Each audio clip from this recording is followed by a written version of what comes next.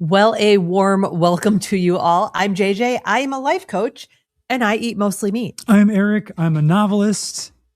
Here's one of them. Thief of Sparks. Get it on Amazon immediately. And I actually eat mostly meat again. You do? Yeah. So we're back for the second week in a row of doing our Friday Live. We took a long sabbatical. And now we're back. We don't know what time we're back. We had a discussion about whether we used to go live at 5 or 5:30. JJ said it was usually 5:30 on Fridays. She's usually right about that kind of thing. So I will accept that was the case. So we split the difference. Let us know if the audio is okay. Yes. Because I listened to the replay of last week and the audio was bad. I didn't like it. So if it's very echoey or something, let us know. I don't know if I'll be able to fix it, but please let us know if it's not up to snuff. Okay. Speaking of not up to snuff, we had an issue with our Tifer. Our air fryer. Our air fryer. Our Tifer air fryer. Second time that it has conked out on the self-clean cycle. Is that what did it? Yeah. And I think it's, I looked online, tried to diagnose it a bit. I think it might be a safety temperature feature when it self-cleans because it'll get really hot. We bought the Tifer. You may not know this. We bought it way back when, a few years ago. And I chose it because it had the self-clean cycle. But it seems to be, maybe it's Achilles heel. Although this was the Dome 1. It was not the Dome 2.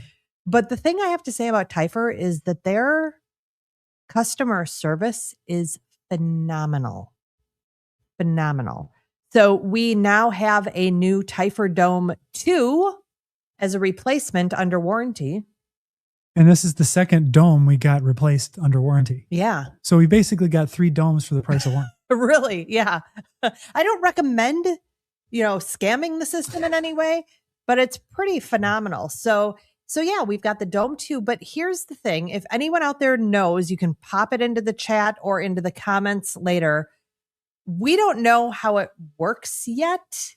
Now, granted, I'm sure it wouldn't take much to actually look online. And in our defense, we have not read the manual.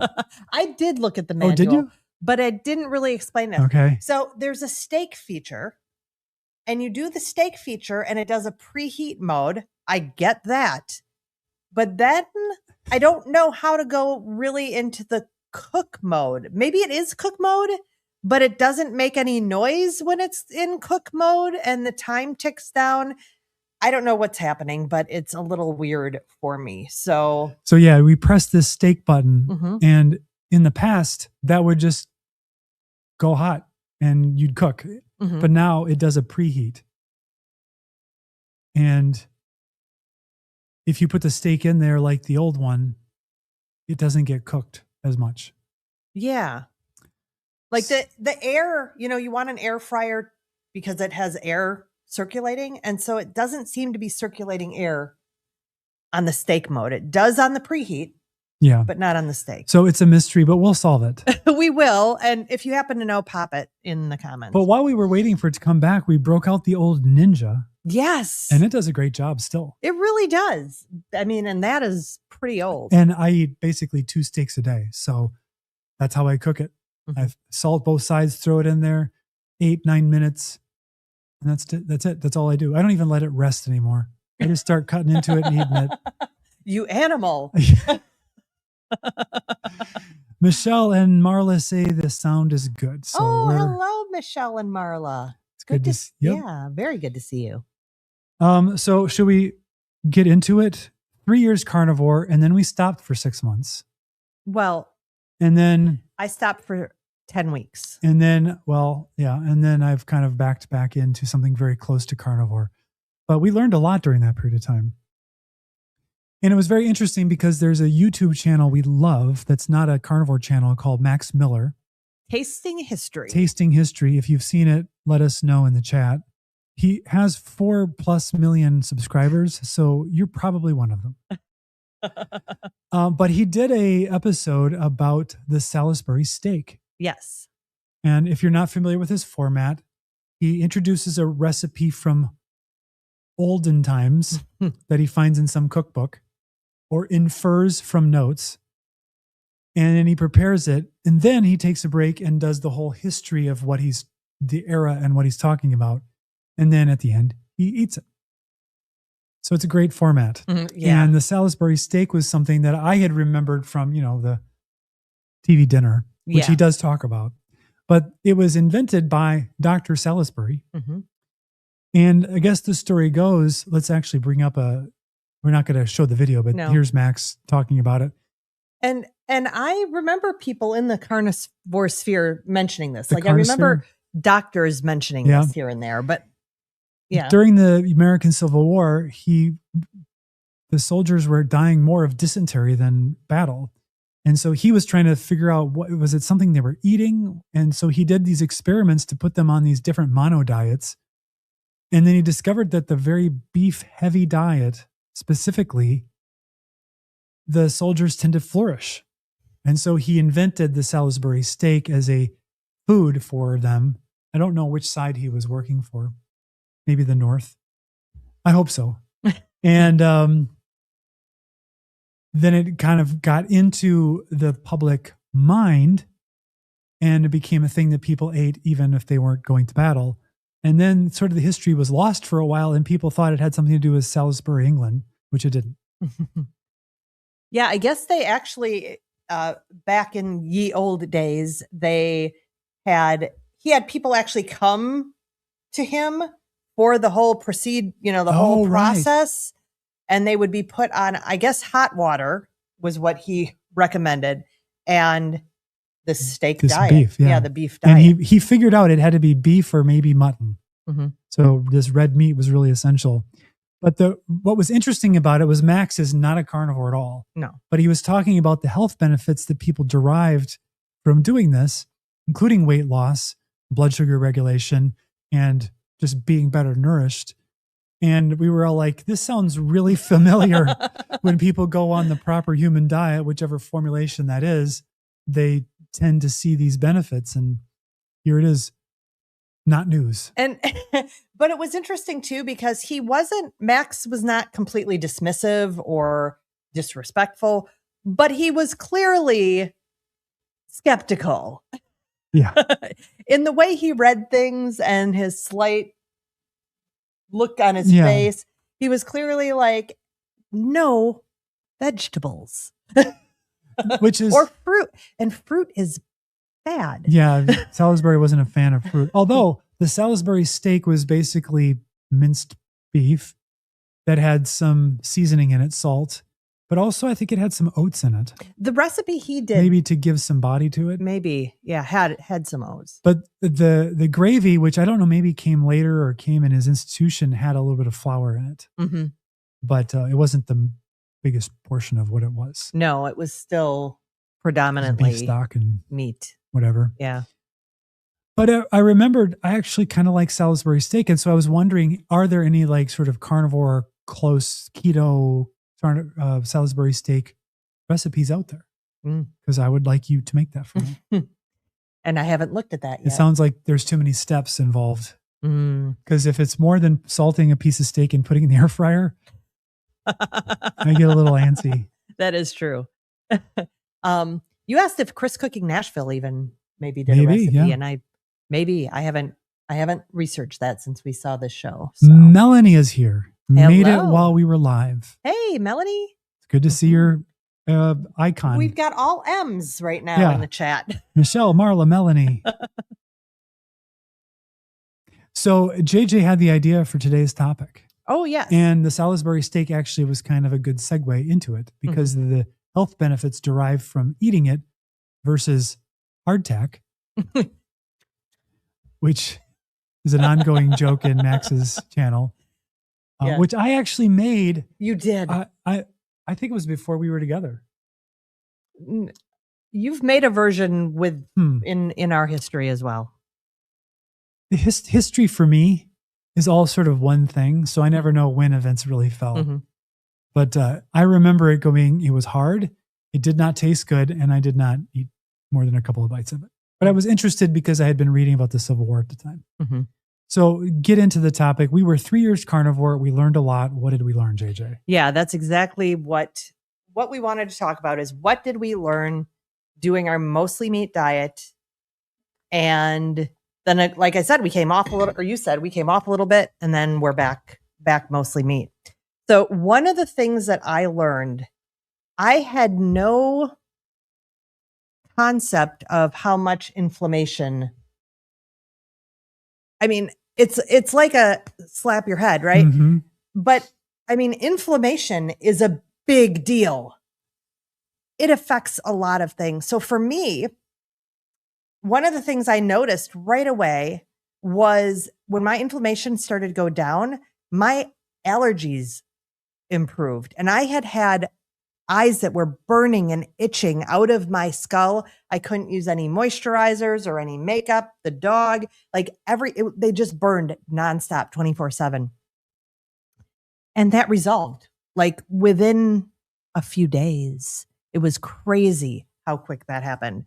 So that was fascinating, but also inflammation as far as general puffiness. Like I look back at pictures now and I looked puffy back then, not only weight gain, but puffy, and also just joints and old injuries. Just inflammation makes a huge difference, having lowered information and inflammation.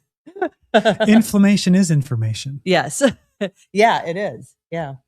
And you learn it on the way out when it's de-inflaming. Yeah. Yeah. Like I wouldn't have said before this diet, oh, clearly I have some inflammation issues.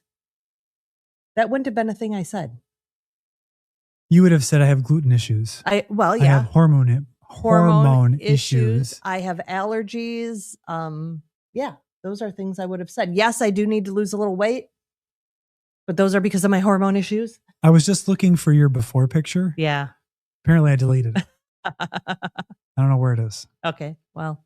But it what you did look inflamed relative to today. Yeah. For sure. Yeah. It's crazy. So that's one thing I learned. Okay, what's another one? Oh, you're making me do this whole thing? Well, maybe not the whole thing, but I see. I didn't know this was me.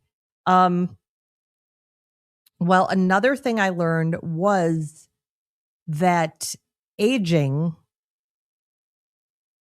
like what people chalk up to aging, I'm going to actually, this is pointing back to inflammation in a big way, but I'll put it this way. What people chalk up to aging is often a metabolic issue. Yes, I see that. Yeah. Do tell. Our cells and mitochondria just get bad when we feed it crap, especially lots of sugar and seed oils. I mean, that's the short version. Mm-hmm. And we think that's normal. We think that's a normal process. Oh, I'm just getting old. I did see that, Bella was interviewed Maggie on her channel recently. Mm-hmm. And there was somebody on X had taken a clip of it and they were like, clearly this Maggie is not 80 whatever years old. It's obvious. And I was like, I think she's 80 plus years old. I didn't say anything. I'm not getting into fights online. I don't have time for that. Good. Don't do that. But it was just interesting to me that people just wouldn't even believe their eyes of what this person who just basically was carnivore for 50 plus years or 70 years or whatever it was. Yeah. Like crazy. The rate of aging was very slow. Mm-hmm. Because I jumped on carnivore first and you brought it up. I rolled my eyes. Then you jumped off. I jumped on. Then you jumped on after you said to me, what are you doing? You're aging in reverse. I did say that. Yeah. So that was crazy too. And then I jumped off and my aging accelerated dramatically. Yes. And so that experiment was a failure. Will I be able to go get back some of it? I think so. I think so too. Yeah. The lighting in here is making the bags under my eyes worse than they really are. Just FYI. I actually feel better than I look right now. You're right. You do have a little tinge in this light. Yeah. So yeah, definitely learned that. I learned that nutrition. So I always thought I had gluten issues. I did have gluten issues. And when I changed that, it changed my life dramatically. Not as much as carnivore did, but it did change my life dramatically. So I knew that nutrition matters, but I didn't have any concept around how much it matters and how nutrient dense meat is, that you can literally live off meat. Now, again, Max Miller was sort of, tongue in cheek about that type of thing. And we're going, yeah, it's true. It's absolutely true. And that seems so counter to everything we've always learned our entire life. Until it stops working. Well, it sounds like you learned something then. And that what I learned was strict carnivore worked great until it didn't. Mm-hmm. And then I started having issues. But I don't really want to rehash all of that. No. Because I feel like we've talked about it so many times. But it did seem like, for me, the proper human diet then sort of had to add back some carbs during the week, every week. And I think, I don't want to hash all that either, but I think we did learn, we came on here, this is it for life. We've got it nailed down. And then discovered that it's more fluid. Sometimes for some people. I'm sure Maggie seems to be doing fine. Yeah. So, but for some people, there's, like you said, a proper human diet range, which Dr. Barry told us, but we thought we could just do it and keep going and which also leads me to something I learned, and I'm still wrestling with this a little bit.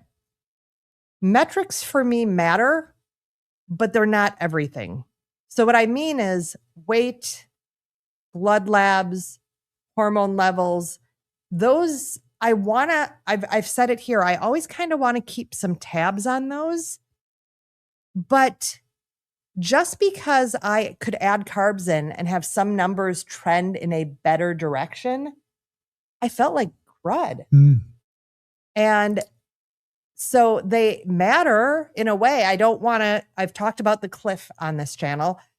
I don't want to be surprised by something, but because I'm not tracking anything, but yet they aren't everything. We used to have comments occasionally from maybe some of you, who were like, I don't look at blood labs. I feel great. And if I feel great, then the diet's working. And I was like, I can't do it. But I'm more inclined to that view now, just because if you don't feel good, does it really matter what you're eating or what your labs are? Mm-hmm. If they were pristine and you felt terrible, but then you changed some little tweak in your diet and you felt great and you were waking up with energy and you were able to do the things you want to do in life. And then all of a sudden the doctor was like, I don't like these labs. Mm-hmm. I liked it better when you felt worse. I mean, that doesn't really compute, right? Yeah. I, of course, haven't had that experience because I never really felt better on carnivore or high carb, except I had all of the IBS be relieved. So all of that stuff was a big improvement. But as far as energy and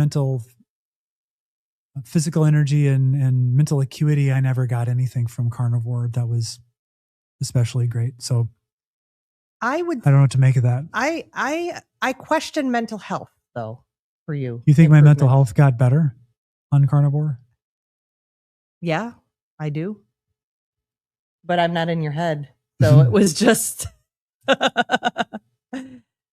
observationally. And then, it didn't take long when the carbs were introduced for it to just not. And mine too. Yeah, I think that the inflammation of the high carb processed food stuff obviously is bad for the brain because it's bad for the body.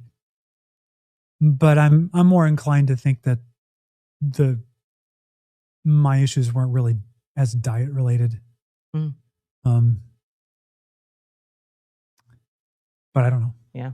Well, for me, mental health is radically different when I eat a meat-based diet. One of the reasons I say that is being in deep ketosis did not make me feel good. Oh, I see.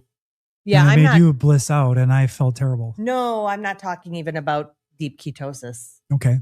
I'm not even talking about deep ketosis. But yeah. But I did also learn that I had another gear that I never know I had. So Energizer Bunny 1, Energizer Bunny level 2. Yeah. And then you found Energizer Bunny level 3? Maybe level 5. Warp? Energizer Bunny Warp 10? Yeah. Yeah. And you can tell, well, I don't know if this is necessarily true, but how she's typing at any given time gives you a sense for her energy and focus. So if you can hear her typing from across the house, it's the carnivores in full effect. The full effect. Yeah. Yeah. Ludicrous speed, Annette says, yeah, from Spaceballs. Oh, yep. Melanie says it was the same gluten too. Eliminating helps, but not as much as becoming almost carnivore. Yeah. That's the t-shirt I need. Almost carnivore. I like that. Carnivore-esque. Yes. Yes. Almost carnivore. I learned a lot about appetite from carnivore. Yeah? And since I've been recently basically 6 days carnivore, 1 day carb refeed. Like yesterday we went out and I had some potatoes with my scrambler. And because that's sort of my strategy, is to every week get a little bit of carb in to kind of keep the pancreas honest. But what happens is later that day or the next day, my brain is like, you know what would be good is something with a lot of carbs in it. It wakens it immediately. Fortunately, I do have the ability now to kind of stay on top of it, just because I know the consequence of going down that path. So it's not that tempting, but the craving does pop quick. Whereas very consistent, staying close to carnivore, there's really no cravings. Yeah. I mean, even being hungry is kind of rare. Mm-hmm. I would get hungry in the evening and it would be too late to eat then because I'm done by 5. But I wasn't suffering. So the relationship with hunger and cravings was very, very different. So overeating on carnivore is pretty hard for me. Mm-hmm. Like it would not happen unless I was intentionally trying to get a lot in for some reason. Mm. Which reminds me, another thing we learned, fat is not always the answer. Not for me. Especially for you. Yeah. Especially for you. And not for me either, I don't think. I learned that my body does definitely have a limit, and the triglycerides are affected by that. Mm-hmm. And yours are affected. Oh, they go crazy. Magnified. So yeah, fat is not always the answer. Although I do need enough fat to be satiated and feel good personally.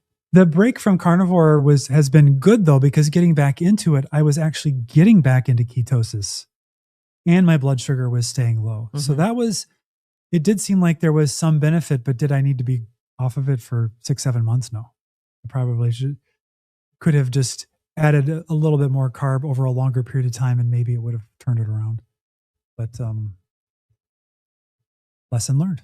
This 1 day refeed thing, it reminded me, I saw, oh gosh, who was interviewing him? Which is not a cheat day, by the way. No.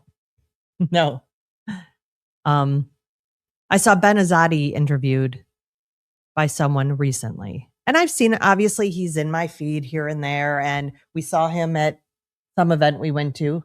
Mm-hmm. Meat Stock. It was Meat Stock? Okay.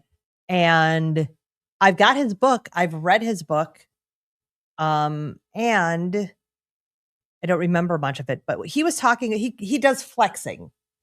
Keto Flex is his book. Like this kind of Well, flexing? he probably does that too, but so he was talking about someone my age postmenopausal, a 5-1-1 process he has. So 5 days you're ketosis, 1 day you're doing a refeed of like 150 carbs. And again, he's like, that's not a cheat day, like go off the rails with sugar, but you can eat, whole food carbs. And then 1 day, 24-hour fast. So he felt that was the best that he's seen with his clients who are my particular age and female. But yeah, it sort of reminded me of what we're kind of doing right now, not the fast piece. I do a little fasting here and there, but yeah, we're kind of doing the keto flex. I'm not fast. No. And my eating window is basically now because I have a little bit of mushroom coffee cocoa in the morning because I'm off coffee. So whenever I get up, my fast is broken, and then I'm done by around 5. Mm-hmm. Carnivore Chans is in the house. Hey, I was just thinking about you like 2 days ago. It's been a long time. Yes. Hope all is well. Annette says, I can overeat on carnivore, especially the fat. Fat tastes really good. And I already had a proclivity to overeat. Used to be carbs. So I have to be high protein, some carbs, fat. Yeah. I could overeat fat if it was liquid, like adding heavy cream to things. That was a danger for me. Yeah.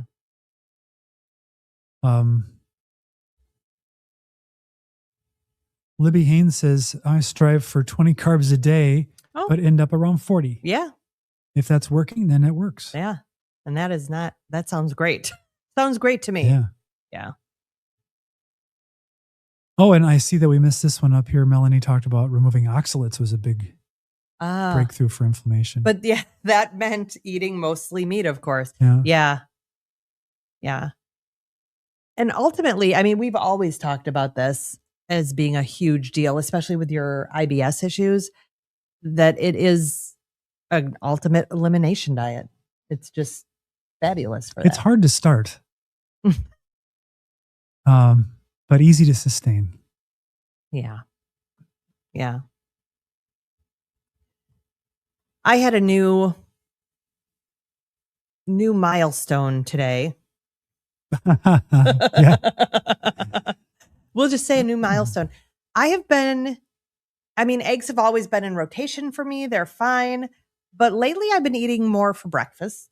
Like most days I'm having some sort of an omelet or egg scramble type thing. And today I had a 4-egg omelet this morning. And then this evening I was like, afternoon. I was like, what do I want?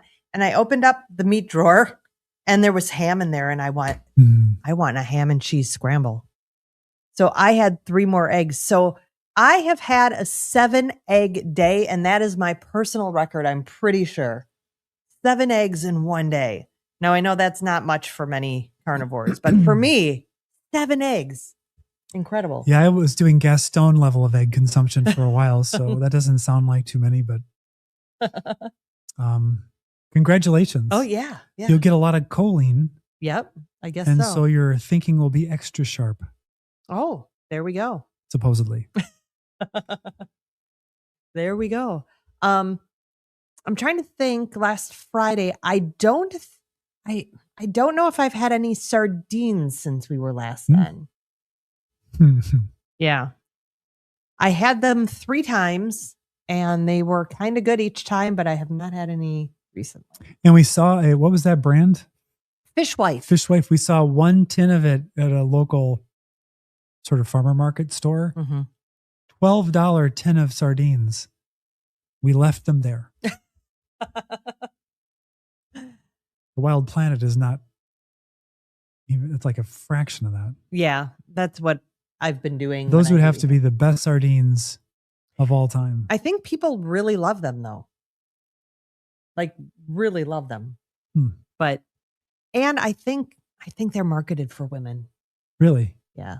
I mean, I'm sure men eat them too, but it seems to me the women like the packaging, the woman like, I think it might be woman owned. Like it's yeah.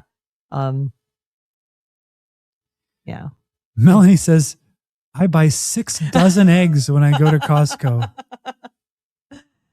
Yeah, we get locally raised eggs at the place down the road, and they come in what? 30 trays of 30 apiece? Yeah, 30. It's kind of an odd number. And we generally will buy a couple of those flats every time we go down there. But with our daughter home from college, she eats a lot of eggs too. So we go through the eggs. I'm happy to buy the eggs. Yeah, absolutely. Yeah. They're a superfood. Mm-hmm. Chan says, I'm great. We'll be getting back soon, getting things aligned. Nice. Excellent. Right now, what I eat is in the morning, I have a Aldi sirloin, which is probably 10 ounces, air fried, 3 egg yolks, and a little bit of sauerkraut. And for lunch, I might have a carnivore bar or a hot dog. And then I'll have breakfast for dinner, basically most days. The same exact meal. Yeah. You don't like to be too fussy. I can do this meal without any cognitive load whatsoever. And it tastes good. Why would I change that? Just for the sake of variety. Although occasionally having a little bit of pork tenderloin or some chicken wings every once in a while is kind of good. I was going to say, you've been asking for a little hog log. Yeah. Which is a pork tenderloin. She made one some weeks ago that she marinated. What did you marinate it in? It was marinated in balsamic and oil, I think. And did you green egg that? And I did. It was the best pork tenderloin I have ever had. Yeah. So you need to repeat that. I can do that. I just need to thaw the pork tenderloin. Well, I mean, it's not even tonight. 6 o'clock yet. It's not happening tonight. For me, most days I do switch it up a little bit. I've been having those egg dishes in the morning. As I mentioned last week, sometimes I add a little salsa or marinara to my omelet to make it sort of an Italian omelet type thing, or Spanish, Mexican. For lunch is light. I'll have like a piece of salami wrapped around a piece of string cheese and heat it in the microwave a few minutes. So yeah, I'll have something like that. And maybe one of my little keto brick pucks. I might have that at lunch. So it's more of a snacky lunch. I take an iron pill at that time. Yeah, iron. Which I can talk about in a minute. All right. Yes. Mitomi. Yes. And then dinner is usually a steak and kraut. And I usually have yogurt at some point in the day, whether it's with breakfast or dinner. Have a little bit of our SIBO yogurt. Not yogurt. Yeah. Fermented dairy. So that's pretty much what I eat. But yeah, I do take an iron pill in the middle of the day. We did that. Who is that? Master John. Chris Master John. He's got this mito.me test. You swab your cheek, and then 6 weeks later, you get your results. And it's like a mitochondria analysis or something. And it gives you some suggestions about the performance of your mitochondria and digesting and using fat or sugar for fuel and stuff. I got my results. I thought that they were a disaster. He was unimpressed. Until I saw JJ's results, which just looked like a total, how could this person who has so much vitality and energy and focus have such bad results? So at that point, I just kind of this isn't a valid test, because there's no way she could feel so good and have a test look so bad if it meant anything. Well, what the test did show I'm hanging my hat on this, was that I had a ton of mitochondria. They're not working so great. There may be special needs mitochondria, but I've got so many that it sort of makes up for it. If the test means anything at all. Yeah. Which probably doesn't. Yeah. But I'm playing with it. So what I've been taking the iron supplement, and it's not his. He just recommends different supplements. I think my sleep's been better with it. I don't know. But yeah. So I'm following it along. But yeah, like 3 out of my 4 complexes were messed up. Yeah. Maggie is from BC, Canada. I am from Alberta. And yes, she is 85. Been carnivore for 60 some years. Yeah. Yeah. They went up there for Healing Humanity. Mm-hmm. She was carrying those 100-pound buckets of feed or whatever it was, or water. It was incredible. Yeah.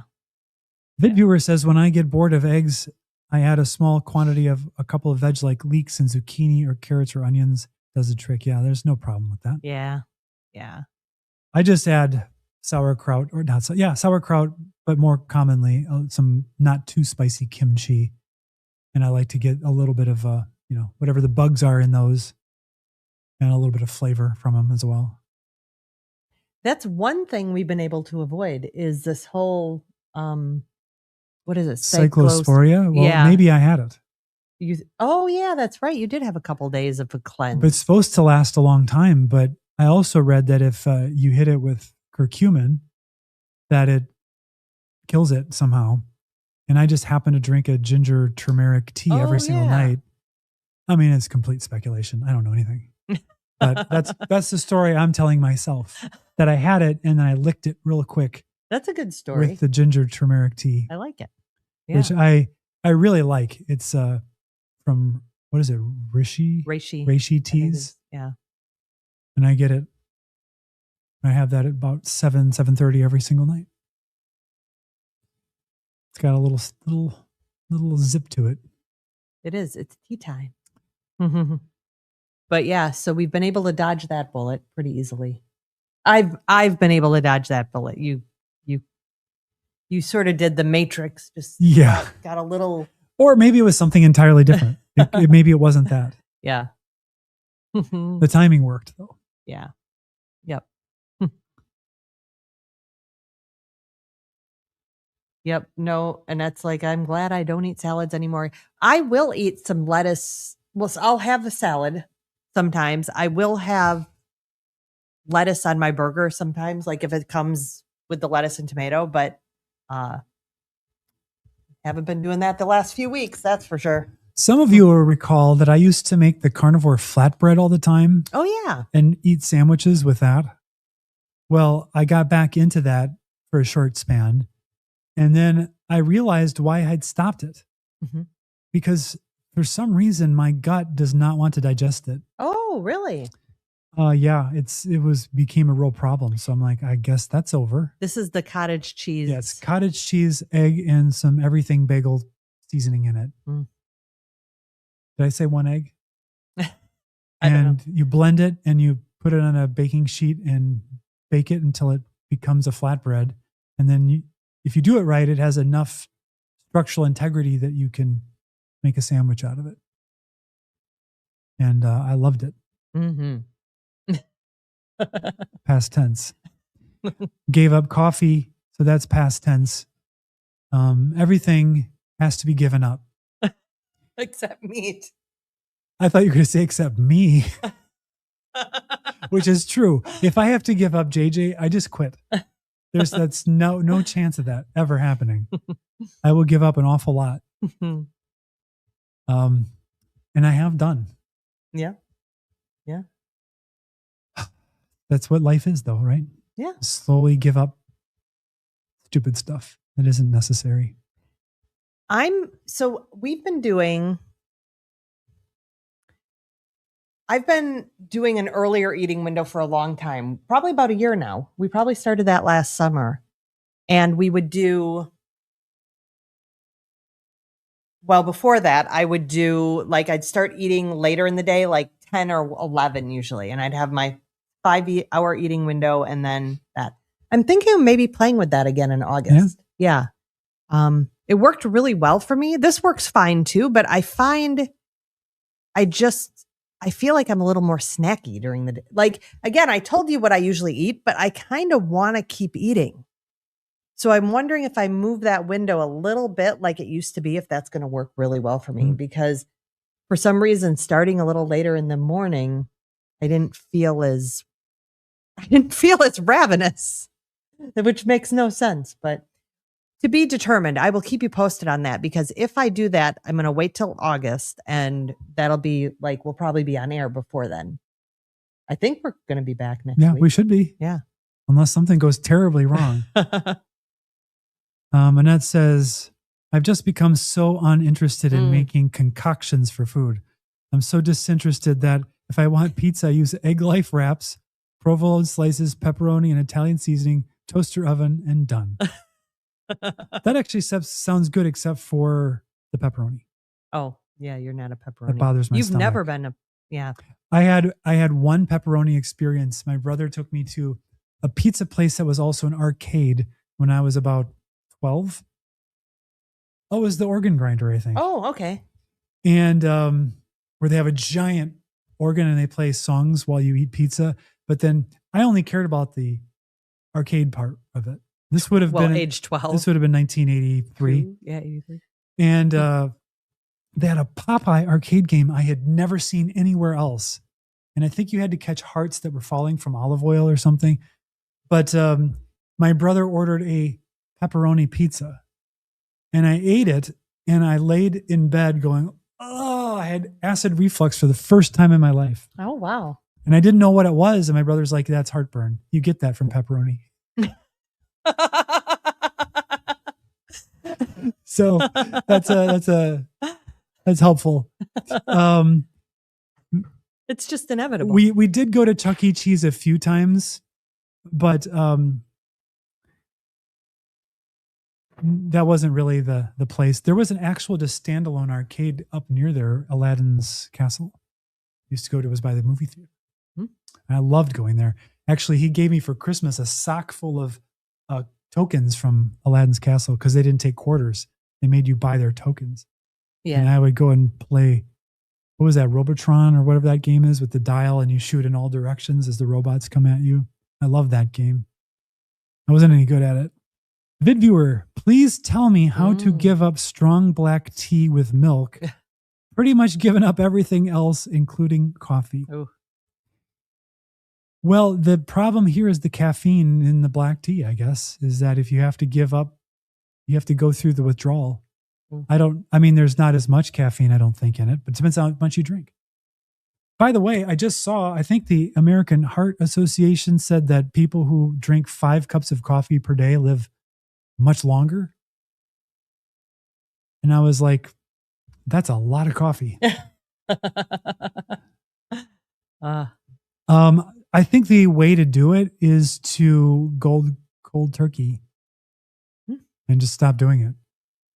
Replace it with the mushroom cocoa blend that I've been having. You can find it on Amazon. So it's like lion's mane and turkey tail and others, and some cocoa, which does have some caffeine in it, but it's very little. Mix that up. It's mildly sweetened. Maybe put a little bit of butter in it just to give it a little mouthfeel, and drink that instead and get used to it. Because that's what I did. It's hard to do, but I did it. So now I'm used to it.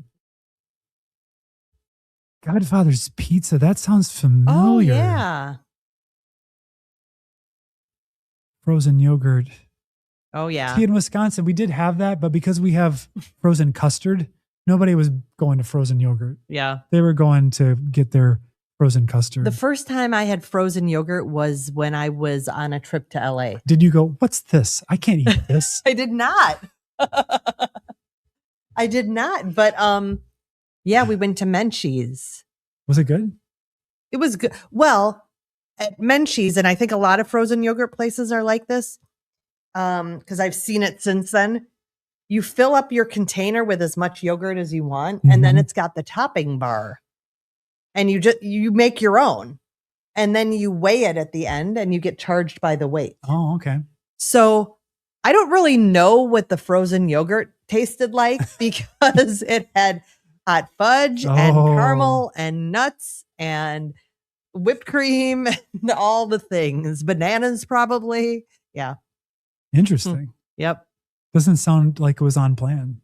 Well, there was no plan back then. Oh, okay. I think this was even pre giving up gluten. Oh, I mean, so a long time ago. Yeah, this was a long time ago. But yeah, that was the first place I'd had it. And then you didn't like the sound of it. So we'd never had it. You and I never went out for frozen yogurt. No, I wouldn't. If it said yogurt in the name, I wasn't going to eat it.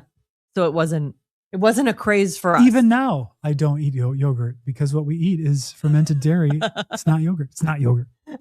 Nope. Melanie says, I make the cottage cheese egg flatbread using a silicone muffin flat. Yeah. Use it for burgers. That would work. Interesting. Remember, this was a former pre-carnivore, pre-carnivore. I remember. We were doing keto. And it was an almond flour burger bun. Yeah. Made in a muffin top tin. So we have those tins. Yeah. But it had a weird flavor, but I kind of liked it. It was a little bitter. Yeah, I didn't like or something. I kind of liked it. I think the first couple of times it was because it was something like a burger. It was a revelation, but it didn't last. That is one thing I learned with carnivore too, is that like trying to make substitutes is probably not the route to go, especially when you're first starting. Agreed. Again, maybe it works for some people, but I think as we've talked about, part of the beauty of it is its simplicity and just it makes things, you're not having decision fatigue. It's just so simple. And so, I think if once you're in it and you want to start playing around a little bit, because we've done that. I've made Chris's noodles every now and again. And there was some mac and cheese of his that was exceptionally good. Yeah. Very dangerous. Yeah. And I enjoy cooking I enjoy cooking sometimes, so that's fine. But if you're trying to replace it, it does not taste. Those were chicken noodles, weren't they? They were. Oh, yeah. It's chicken noodles. I wish I hadn't remembered it. Hey, don't keep it out of your mind for now. Okay. But maybe when the weather starts to turn a little, we might need that would be just right when it starts to turn fall. Just a little. Which it's going to do momentarily because it's almost August. And when it's August, it's practically September. And September is basically the beginning of October. So it's almost Halloween. Yeah, nearly. That's what it's going to feel like, though. Yeah. Yeah. Ivy says, I grow those mushrooms. I'm about to start selling them. Yeah. Very cool. We had some turkey tail here on the property, I guess. It was chicken of the woods or something. That's it. And somebody wanted them and took them. They asked. I don't know how to identify them with enough confidence. Mm-hmm. But I'm sure we have all kinds of edible mushrooms on the property. And poisonous ones. Mm-hmm. I know the puffballs, those giant puffballs are edible, supposedly. I don't know if they're any good. The toppings bar was the problem. Yeah. Yeah. Yogurt and fresh fruit. Yeah, that's what we're all doing. It was like that when we went back to, what was that, sweet tomatoes buffet? Yes. And it's like, it's a salad bar, but then there's like the real food that's on the periphery with pizzas and all kinds of desserts. I remember liking that place. Pizza, pasta, desserts, and salad. But yeah, it led with the salad. Yeah. And I was like, not fooling me with this salad. Birthday month is coming. Oh, remind me. Annette. Yeah, remind us. My birthday month is November. Because I know we sent you a cheese box. Yeah. Yummy. I have a coaching colleague who lives in Michigan. And when we got that cheese, we went to the cheese castle for it. And so this coaching colleague says she'll meet me sometime at the cheese castle. Cheese castle? She's coming through. I'm like, hey, let me know. I'll meet you there. So Annette's birthday month is October. Yeah. It's a pretty good month. Yeah. Weather-wise, in Wisconsin, it's getting Halloweeny. Sometimes you can have really clear, cool skies. The leaves are falling. It's great. Maybe not as good as September. And then November sets in, and the only positive thing about November is the fact that my birthday is in it, and so is Thanksgiving. Basically launching the holiday season with my birth. Yeah. Yeah. That's how it goes for us. His birth starts the holiday season. Birthday. Yep. You aren't reborn every year. No. But it starts the holiday season, and then our daughter's ends it mid-January. So yeah, we go mid-November to mid-January. Yeah. Now my birthday's in the spring, and I like it that way. It's sort of like you've racked your brain to figure out what to get her for Christmas, and then you got to turn right around and figure out something for her birthday. My birthday is 3.5 months away from Christmas, right? It feels like it's the day after. Yeah. Your birthday is a month and a half before Christmas. Right. So it's basically kind of in the same gift buying time frame. So it's like you just apportion one for the birthday and the rest for Christmas. See, it's easy to buy for me. But you've gotten much better at not buying things for yourself in that season. Because for years and years, it was, I got this new thing. And I'm like, yeah, you got another one now too, because I bought you one for your birthday. That did happen more than once. Yeah. And I got in trouble for it. I couldn't know. Save me something. You do now. You do. Yeah. You're very conscientious of it. We're not going to show pictures of it anytime soon, but our landscaping project is done. Oh. Huge swaths of the yard are covered in straw and sprinklers. But it's very nice not to have guys looking in the windows every single day. Mm-hmm. And we've been able to go out there to the new fire pit area with a solo stove and burn some fires and enjoy the evening overlooking the lake. It's been great. Yeah, we actually this week has been beautiful, cooler weather, and no smoke issues from except from the solo stove itself. Yeah. But the funny thing is we did this 2 nights in a row, and 2 nights in a row, thing would burn out. We'd come inside, wash up, watch a little TV, and at 8:30, I'm snoring on the sofa, completely passed out. Yeah. And my theory was that sitting so long in the evening sun as it was lowering set my brain into sleep mode super hard, and it expected me to get up and just go to bed. That's not what I did. No. And unfortunately, when you did get up to go to bed, you were kind of awake then. True. Yeah. Not horribly, but a little bit. But I think there's a lot to be said for less screens, more fires. I mean, controlled in a fire pit. Primal Gawa is here, saying hello to everyone. Hello. It's good to see your face again. That's another thing, you mentioning them being gone. I said I haven't been doing the sauna recently because the place is swarming and we don't really have curtains in that room and stuff. And so I've decided in August I'm going to get back in my sauna. Like everything's August. I think I mentioned last week I have been working like a maniac since May on some work projects, and I teach my final class on the 30th, next Thursday. Things clear a little bit. We've got a fly or something in here. And I took the fly swatter away. So I'm just kind of moving, and we have a busy week this week, fun stuff happening. And I'm just like putting everything on hold till August.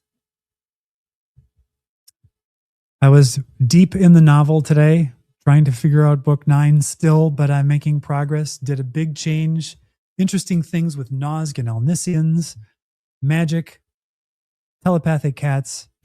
All of it's happening. Hopefully I can sort it out and get this volume finished soon. So then I can then write the next one and then finish the whole series. Finishing the series would be nice. It has to happen. Yeah. It's driving me crazy. You've had a really good run of consistency for some months. Yes. So that's really good. The progress is slow, but it is consistent. And through the summer, because usually in the summer you have other projects around here you've got to do. So that falls by the wayside, but you've managed to do them all. I have indeed. Yeah. So that's been great. And I've got other books I want to write, but I've got to finish this. I got to finish this one first. Nothing else gets to happen until I finish this series. So maybe by this time next year, it will all be done and behind me and released. And that would be a huge relief. I don't want to distract you, yet I want to ask, do you think you'll do short stories again? You see that in your future? They're a tough sell. Yeah. Not many people read short stories, but it is a fun way to experiment with different things. I'm more of a novel writer, where my interest is. So that's what I'm going to do. Oh, have any of you seen the movie Obsession? That is The Obsession. This indie movie that's just exploded. It's a horror movie. So if you don't like horror, don't watch it. Not that scary. A little weird. If you like that genre, I recommend it. It's actually quite fun. I laughed several times because I tend to laugh at horror movies. So you did watch it? I did, yeah. I remember you talking about it, but I didn't realize you watched it. You may have said it right to my face that you did. Yeah. And what was funny was that the basically the gist is a guy makes a wish that this girl he's infatuated with loves him, and she becomes obsessed with him in ways that isn't rewarding, to say the least. But there's this point where she makes this famous face, and she's so good. Oh, the actress is so good. Highly recommend it. But not if you don't like horror. If you don't like it, do not watch it. Plus, it's a little gross. Oh, Melanie likes my shirt. Thank you. I don't typically wear these sort of floral things that often, but this one's pretty loud for me. It is. It is very loud for you. Because it has a pattern. Tone on tone, but yes, it is. I mean, I don't go that loud either, so I'm one to talk. Your mother. The louder, the better. She liked things with pizzazz, color, vibrancy, and character. No, definitely no Magnum Red floral. I don't know what Magnum Red is. PI. Oh, Magnum PI. I also don't have the car for it. You if you're going to do that, you better have the Ferrari convertible or T-top or whatever it was. Okay, I think it's time. All right. Well, it has been great touching base with all of you, seeing so many of our friends showing up again this week. So good to see you. And until next time, every day stronger. Every day more blessed. Bye.